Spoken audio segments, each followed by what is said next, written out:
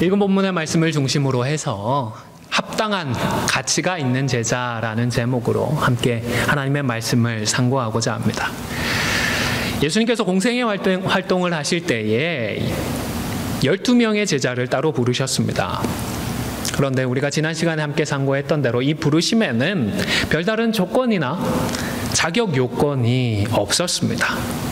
있는 모습 그대로, 있는 그대로 주님께서 제자들을 불러주셨던 것입니다. 지난주에 설교를 하면서 예수님의 제자들은 별로 내세울 것이 없는 사람이었다라고 말씀을 드렸습니다. 그런데 이러한 표현은 전체 이스라엘을 놓고 보았을 때에 해당이 됩니다. 왜냐하면 12명의 제자들 대부분이 예루살렘을 중심으로 한 유대 지역이 아니고 훨씬 더 북쪽에 있는 갈릴리 출신이었기 때문입니다. 이 갈릴리 지역은 북이스라엘이 아수르에 의해서 멸망당한 이후부터 그리고 신구약 중간기를 거쳐서 한 650년이 되는 기간 동안에 유다가 통치하지 못했던 지역입니다. 그러다 보니까 관습도 유대의 관습과 많이 달랐고 또 지역도 떨어져 있다 보니까 사투리도 심했습니다. 그리고 유다의 영향력이 이제 가기 시작한 이후에도 주로 이 지역은 유대 지역에서는 먹고 살기 힘든 사람들이 그나마 거기 가면 다른 길이 있을까 해서 찾아갔던 그런 지역입니다. 그러다 보니 주류 유대인들은 이 갈릴리 지역에 있는 사람들을 무시했습니다. 12명의 제자들 안에는 분명히 좀 더 넉넉한 사람도 있었습니다. 마태의 경우는 직업이 무엇이었죠? 세리였습니다. 분명히 갈릴리 안에 있지만 갈릴리 안에 있는 다른 사람들보다는 재정적으로 넉넉했을 것입니다. 그러나 이런 마태조차도 유대 지역에 있는 다른 사람들과 비교를 하면 가진 것도 부족하고 배운 것도 많이 부족했던 것입니다. 그렇게 내세울 것이 없었던 사람이었던 것입니다. 주님은 이런 자들을 제자로 부르셨습니다.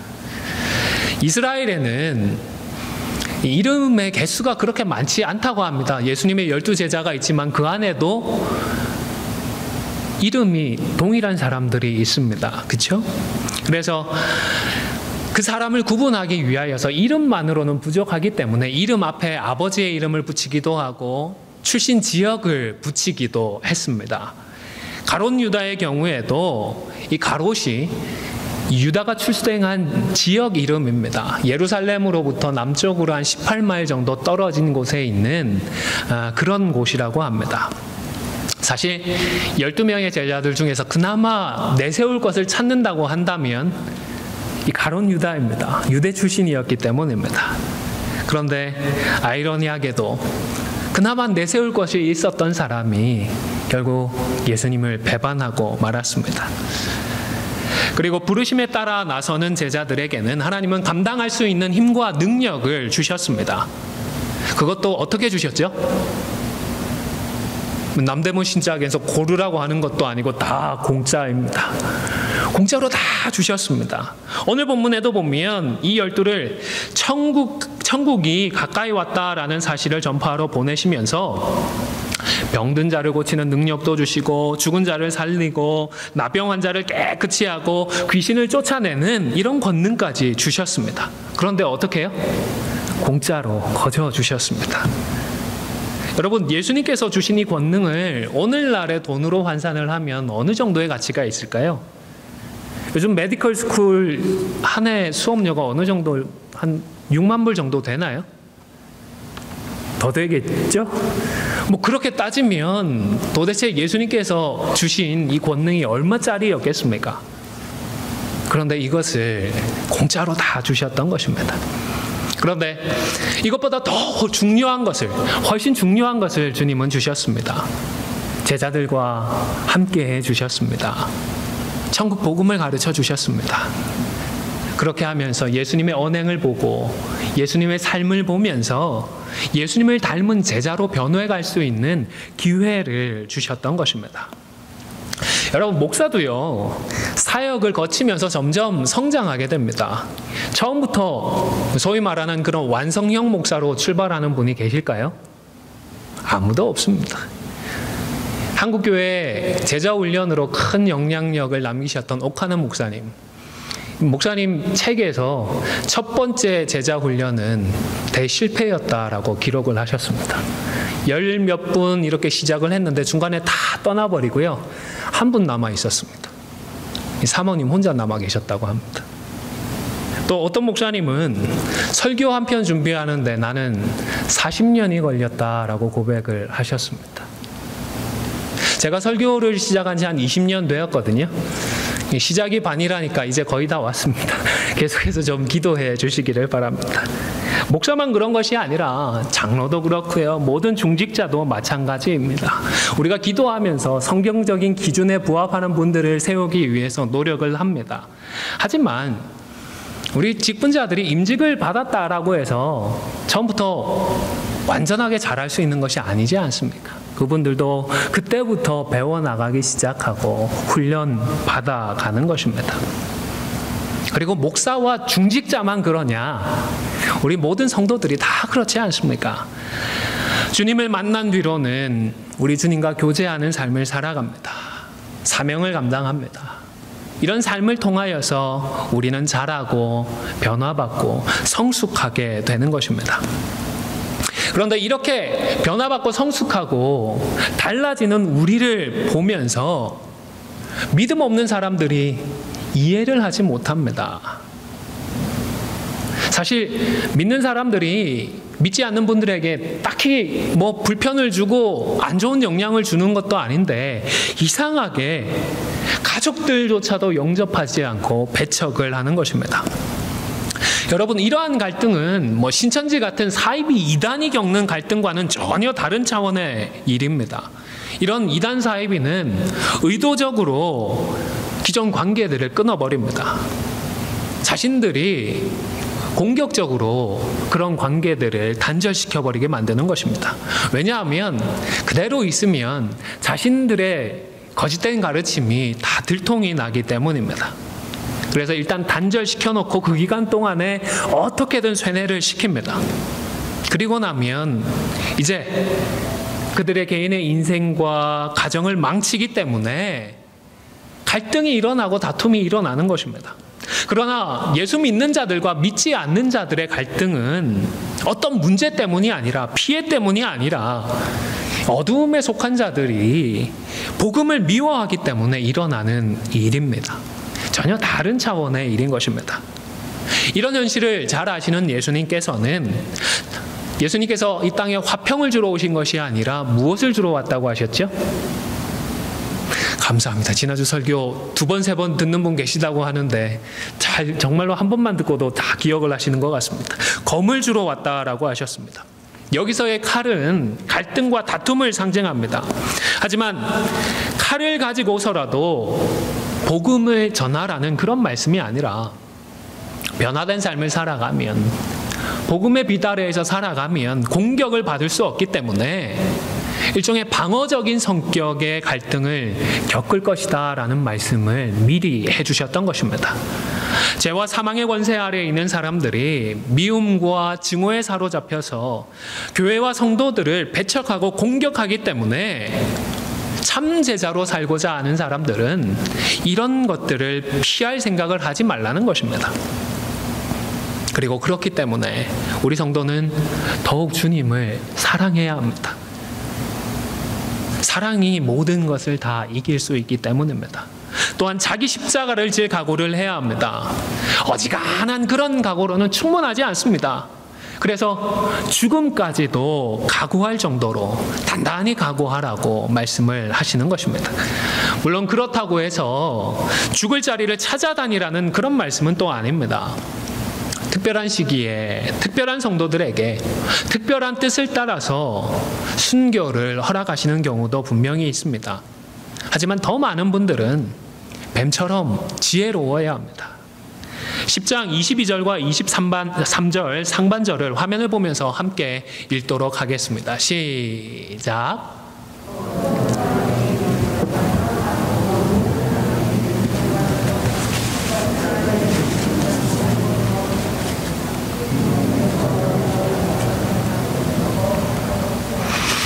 박해가 있으면 거기서 죽을 각오를 하라고 하셨나요? 네, 이번에는 다른 동네로 피하라고 누가 말씀하셨죠? 예수님께서 말씀을 하셨습니다. 이처럼 예수님은 제자들에게 뱀같이 지혜로울 것을 당부하면서 한 동네에서 박해를 받으면 다른 동네로 피하라고도 하셨습니다. 피할 수 있으면 얼마든지 피하라는 것입니다.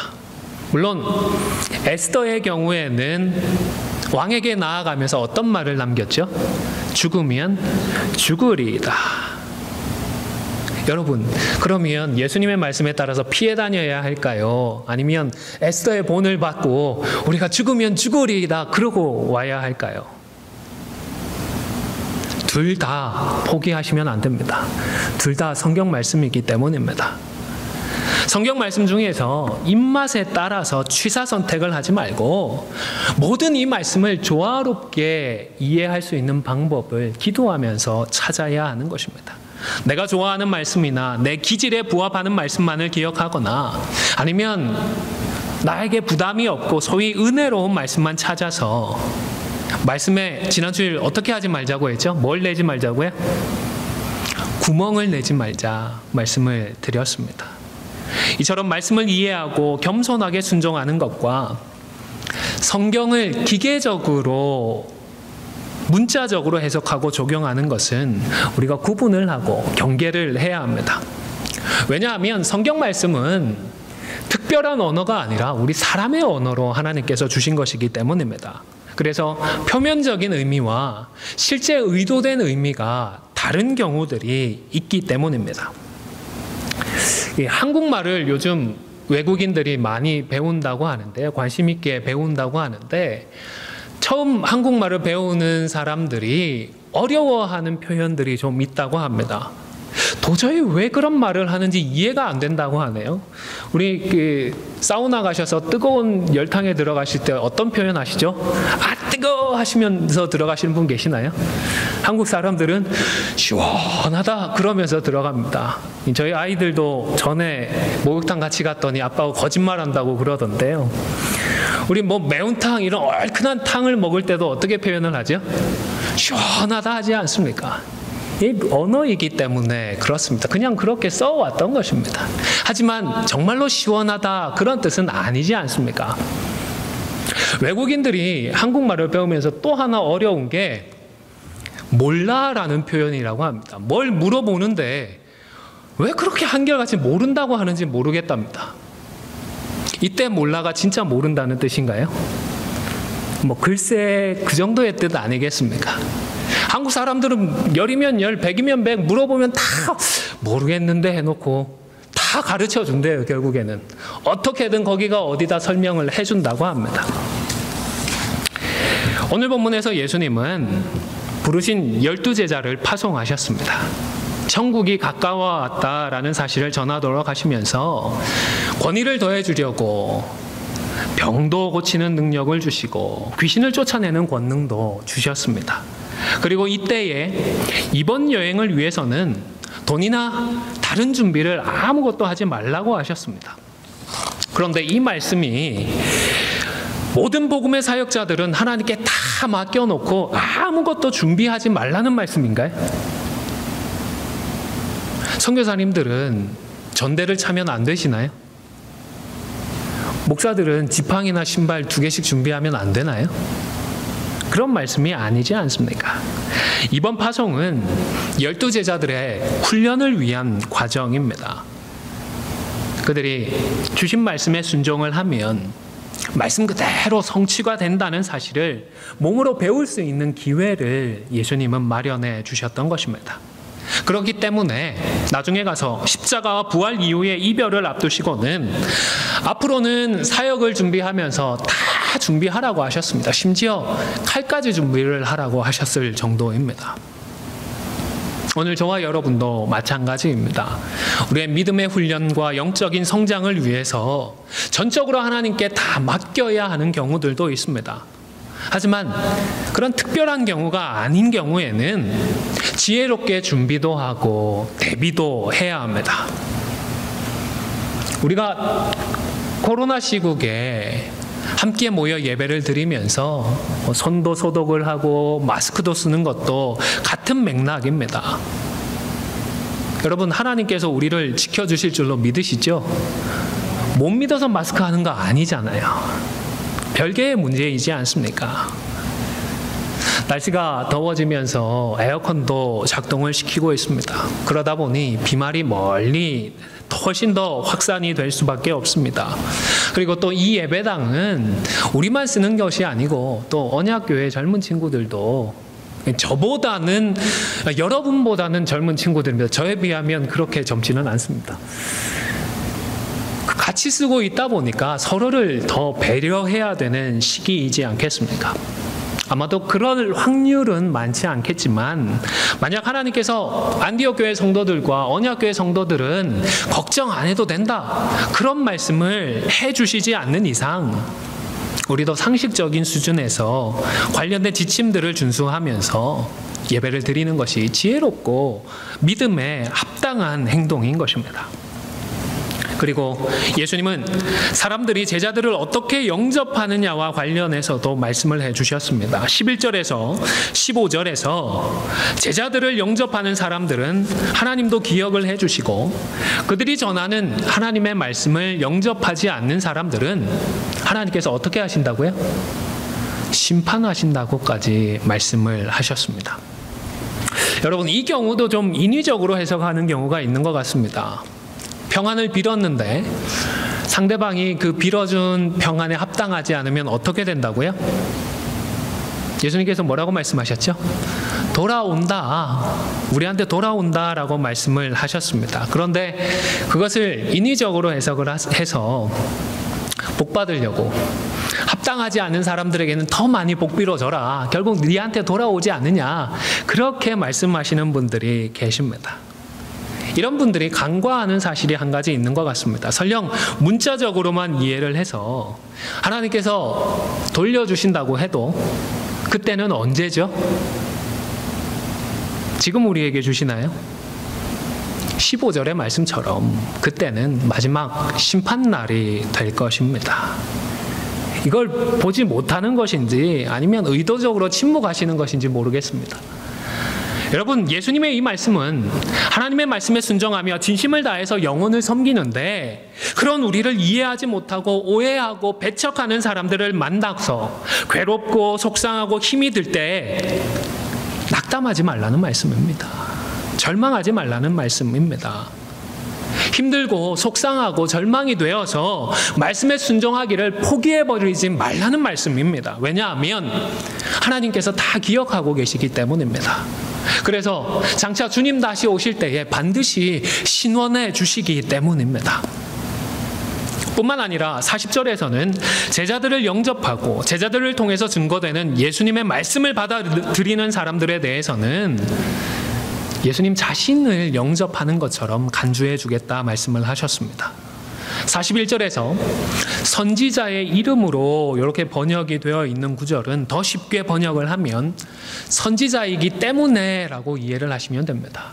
그리고 의인의 이름으로 라는 구절도 의인이기 때문에 라고 이해를 하시고, 42절에서 제자의 이름으로 라는 구절도 제자이기 때문에 라고 이해를 하시면 되겠습니다.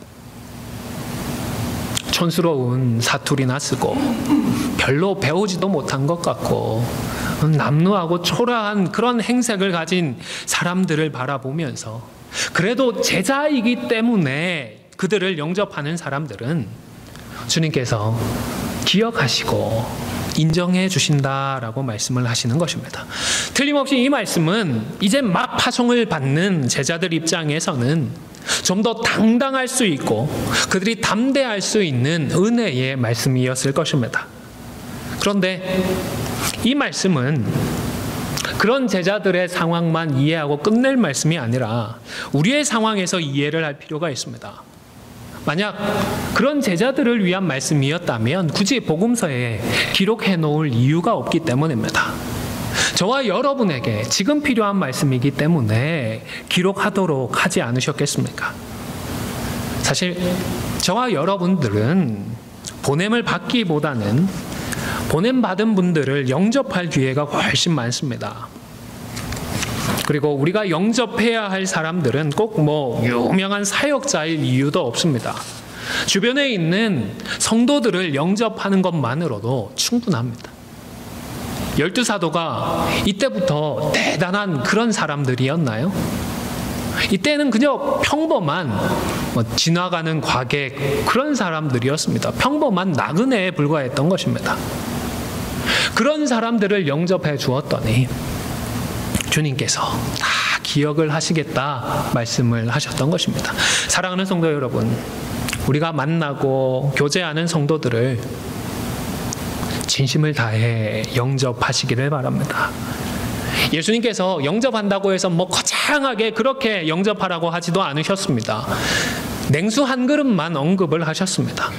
이 작은 것만이라도 충분하고 여기에라도 진심을 담고 정성을 다해서 영접하라고 말씀을 하셨던 것입니다. 물론 우리가 오랫동안 함께 신앙생활을 해오면서 가정에 젓가락 개수가 몇 개 있는 것까지도 아신다는 말씀을 하시는 경우들이 있던데요. 그만큼 잘 알기 때문에 서로의 약점도 잘 아시잖아요. 부족함이 뭔지도 잘 아십니다. 그러다 보니 그 지체들을 영접하기가 쉽지 않으실 줄로 압니다. 더군다나 근 40년 신앙생활을 함께 해오시면서 내가 받은 상처가 있는 분들이라면 더욱 그러할 것입니다. 그러나 오늘 본문을 통하여 예수님은 아무리 그렇더라도 우리의 전 인격을 동원해서 정성을 다해 서로를 영접하라고 말씀을 하십니다. 사실 우리 자신도 완벽하지 않습니다. 나에게도 여전히 약점이 많이 있고 내가 누군가에게 준 상처가 없을 수가 없습니다. 그런데 이런 나 자신에 대해서는 기억하지 못하거나 아니면 하나님의 말씀을 거론하면서 이런 나는 좀 용납하라고 하면서 정작 다른 사람들에게는 완벽함을 요구하는 이중적인 태도를 경계해야 하는 것입니다. 사랑하는 성도 여러분, 하나님은 제자들뿐만 아니라 우리 모두를 있는 그대로 불러주셨다라는 이 사실을 다시 한번 기억하시기를 바랍니다. 그리고 동시에 우리 자신을 향하여서는 계속해서 말씀으로 도전하십시오. 더욱 주님을 닮기 위해 부단히 노력하십시오. 노력하시면 충분합니다. 남이 변하지 않아서 문제가 아니라 내가 변하지 않는 것이 문제라고 생각하는 것이 지혜롭습니다. 이동원 목사님의 책에서 A.W. 타겟이라고 하는 사람이 쓴 창이라는 단편 소설을 인용한 것을 읽은 적이 있습니다. 이 소설은 작은 병실에 입원해 있는 두 남자가 주인공입니다. 그런데 한 사람은 폐암 말기를 선고받은 환자이고 다른 한 사람은 디스크 수술을 받은 지 얼마 되지 않아서 꼼짝하지 못하는 그런 사람입니다. 폐암 환자는 하루에 1시간 정도 자리에서 일어나 창밖을 내다보곤 했습니다. 상황만 보면 참 절망적이지 않습니까? 폐암인데다가 말기였습니다. 살아날 가능성이 거의 없는 질병입니다. 그런데 창밖을 내다보는 그의 얼굴에는 언제나 기쁨이 있었다고 합니다. 그래서 디스크 환자가 창밖을 내다보며 기뻐하는 폐암 환자에게 도대체 뭐가 보이길래 그렇게 기쁘십니까? 물어보았습니다. 그랬더니 폐암 환자는 지그시 눈을 감고는 아름다운 호수가 보이고 보트도 보이고 백조도 보이네요. 호숫가를 산책하는 사람들도 보이고 잔디밭에서 놀고 있는 아이들도 보여요. 이 이야기를 들은 디스크 환자의 마음이 어땠을까요? 갑자기 짜증이 나고 화가 확 나더랍니다. 마음이 심란해졌습니다. 폐암 말기이면서도 얼굴에 그런 기쁨이 있는 이유가 그런 아름다운 광경을 볼 수 있는 환경 때문이라고 생각했기 때문입니다. 그리고 더 나아가서는 자기는 차별을 받고 있다고 생각을 했습니다. 속으로 저 폐암 환자가 빨리 죽고 나갔으면 좋겠다. 그래서 내가 저 자리를 차지하게 되면 좋겠다라는 생각까지 했다고 합니다. 그러던 어느 날 밤에 이 폐암 환자가 심하게 기침을 하면서 신음을 하기 시작했다고 합니다.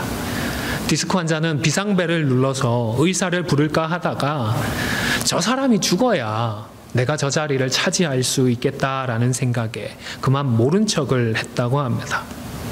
그리고 그날 아침 밝아올 무렵에 계속 끊이지 않았던 기침 소리가 조용해졌습니다.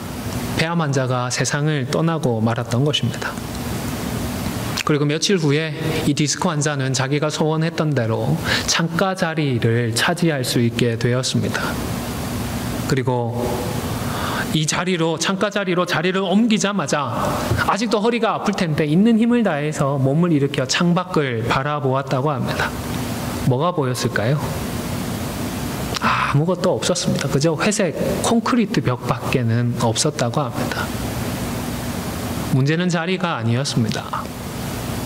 그 자리를 차지하고 있는 다른 사람도 아니었습니다. 결국은 내가 문제였고 내 생각이 문제인 것입니다. 예수님은 작은 자 중 한 사람을 영접하라고 하셨습니다. 어떤 사람이요? 위대한 사람이 아닙니다. 훌륭한 사람이 아닙니다. 큰 사람이 아닙니다. 작은 자 중 한 사람을 영접하라고 하셨습니다. 이 작은 사람은 우선은 경제적으로 어려운 사람을 뜻할 것입니다. 하지만 굳이 경제적인 여건에만 제한할 이유는 없습니다. 우리보다 문제가 많은 사람이 작은 자입니다. 우리가 보기에 신앙의 인격에 문제가 있는 그런 사람이 작은 자인 것입니다. 그런데 아무리 작은 자라고 하더라도 성도이기 때문에 영접하라고, 제자이기 때문에 영접하라고 말씀을 하시는 것입니다. 여러분, 혹 그런 작은 자들을 영접하는 것이 탐탁치 않게 느껴지십니까? 혹 그러하다 하더라도 말씀에 순종하실 수 있기를 바랍니다. 작은 자를 영접하는 것이 복음에 합당한 태도이기 때문입니다. 사실 우리가 오늘 읽은 본문에는 합당한이라는 단어가 참 많이 반복이 되고 있습니다. 사실 제가 지난주와 이번주 계속 묵상했던 구절도 이 단어입니다. 제자로서 과연 우리가 합당한 가치가 있느냐라는 사실입니다.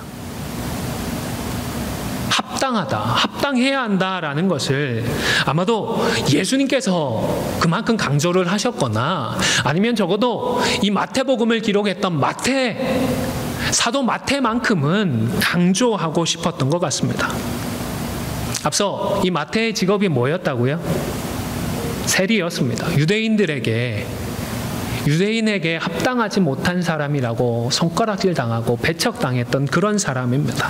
그런 삶을 살다가 주님을 만나서 변화되었던 마태이기 때문에 이 합당한이라는 단어에 더 주목을 했던 것이 아닌가 싶기도 합니다. 11절에 보면 성이나 마을에 가면 합당한 자를 찾으라고 하셨습니다. 13절에서도 그 집이 평안을 빈 것에 합당하면 평안이 거기에 임할 것이고 합당하지 않으면 제자들에게 돌아올 것이라고 하셨습니다. 37절에서는 가족을 주님보다 더 사랑하는 자는 합당하지 않다라고 하셨고 자기 십자가를 지고 주님을 따르지 않는 자도 합당하지 않다라고 하셨습니다. 합당한 이 단어는 그만큼의 무게가 나간다라는 그런 의미입니다. 돌잔치가 있어서 한 돈짜리 금반지를 샀습니다. 한 돈이라고 해서 값을 치르고 집에 와서 재어보았더니 한 돈이 안 되는 것입니다. 그러면 합당하지 않은 것입니다. 그러면 사기를 당한 것입니다. 여러분, 예수님 짤이라는 표현을 들어보셨나요? 우리말에 짤이라는 표현이 있습니다. 100원짜리, 만원짜리 이런 표현이 있지 않습니까? 그래서 우리 성도들을 표현하면서 우리는 얼마짜리요? 예수님 짤이 이런 표현을 사용을 합니다. 예수님의 피로 값주고 산 우리들이기 때문에 이런 표현을 사용하는 것입니다. 여러분, 누가 뭐래도요, 우리는 예수님 짤이입니다. 그런데 우리의 삶의 무게가 그만큼 나아가지 않으면 어떻게 될까요? 우리의 삶이 복음에 합당하지 못하면 어떻게 될까요? 결국 십자가 복음의 가치를 깎아내리고 마는 것입니다. 우리를 대속해 주신 우리 주님을 사기꾼으로 만드는 것 아니겠습니까? 빌립보서 1장 27절 사도 바울이 권면했던 말씀을 함께 읽도록 하겠습니다. 화면을 보시면서 함께 읽겠습니다. 시작. 오직 너희는 그리스도의 복음에 합당하게 생활하라. 아멘. 사랑하는 성도 여러분, 십자가의 사랑을 비친 우리들입니다. 그리스도의 십자가에 합당한 생활을 하시기를 바랍니다. 십자가 보혈의 그 무게만큼 나갈 정도로 가치 있는 복된 삶을 살아가시기를 바랍니다. 이동원 목사님이 하와이로 여행을 다녀오신 적이 있다고 합니다. 이 여행을 가시면서 멀리 가시니까 오랜만에 사람들 신경 쓰지 않고 좀 푹 쉬자라는 그런 생각을 하셨답니다. 그 생각을 하시면서 왜 이렇게 하셨는지는 잘 이해가 되지 않는데 옷도 최대한 좀 야하게 입으셨다고 합니다. 본인 표현입니다. 죄송합니다. 제가 외모를 비하하려는 표현, 폄하하려는 그런 표현은 절대로 아니고요. 이때 이동원 목사님의 체형이 어떠했는지는 제가 잘 모르겠습니다. 근데 사진으로 봤던 체형을 생각을 하면 아무리 생각을 해도 남이 보기에 그렇게 야하게 보이셨을 것 같지는 않는데 오히려 좀 귀엽게 보이지 않으셨을까라고 생각을 합니다. 어쨌든 그런 옷을 입고 좀 폼도 잡으면서 해변으로 가려고 엘리베이터를 타셨다고 합니다. 그런데 하필 그 엘리베이터에 한국 사람이 타더랍니다. 그리고 위아래로 쭉 보시더니 이동원 목사님 아니십니까? 이렇게 아는 척을 했다고 합니다. 문제는 목사님보다도 사모님이셨다고 합니다. 다행스럽게 제가 사모님은 사진으로라도 한 번도 뵌 적이 없습니다. 어쨌든 목사님은 괜히 좀 의심을 할까봐 옆에 있는 사람 제 아내입니다라고 설명을 했고 사모님은 몸둘 바를 모르셨다고 합니다. 그리고 그 뒤로 이동원 목사님은 해변에 갈 때에도 나는 검은색 양복 하나는 챙겨 다녀야겠다 마음을 먹으셨다고 합니다. 여러분, 휴가 갈 때 양복 하나 챙겨가는 것 이게 꼭 복음에 합당한 생활이라고는 할 수가 없겠지만 그래도 그 마음은 이해하시잖아요. 사랑하는 성도 여러분, 우리는 언제 어디서나 복음에 합당한 삶을 살아야 합니다. 가정에서 우리의 말과 행동이 복음에 합당해야 합니다. 그 복음만큼의 무게가 나아가야 하는 것입니다. 직장이나 사업터에서 우리의 언행 심사가 십자가 보혈만큼의 가치가 나가야 합니다.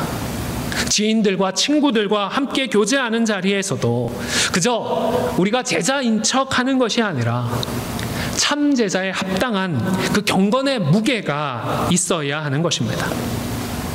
이제 말씀을 마무리하고자 합니다. 우리 모두는 주님의 십자가 보혈로 구속된 자들입니다. 원래는 죄에 찌들고 얼룩진 보잘것없는 그런 우리들이었지만 십자가의 보혈이라는 놀라운 가치를 가진 새로운 피조물이 되었습니다. 이제부터라도 복음에 합당한 생활을 하기로 결단하시기를 바랍니다. 복음에 합당한 삶을 살게 해달라고 날마다 주님께 기도하시기를 바랍니다. 성령님의 도우심을 간구해서 십자가 보혈의 그 무게에 합당한 신앙의 인격을 갖추어 가실 수 있기를 주님의 이름으로 간절히 축원을 드립니다.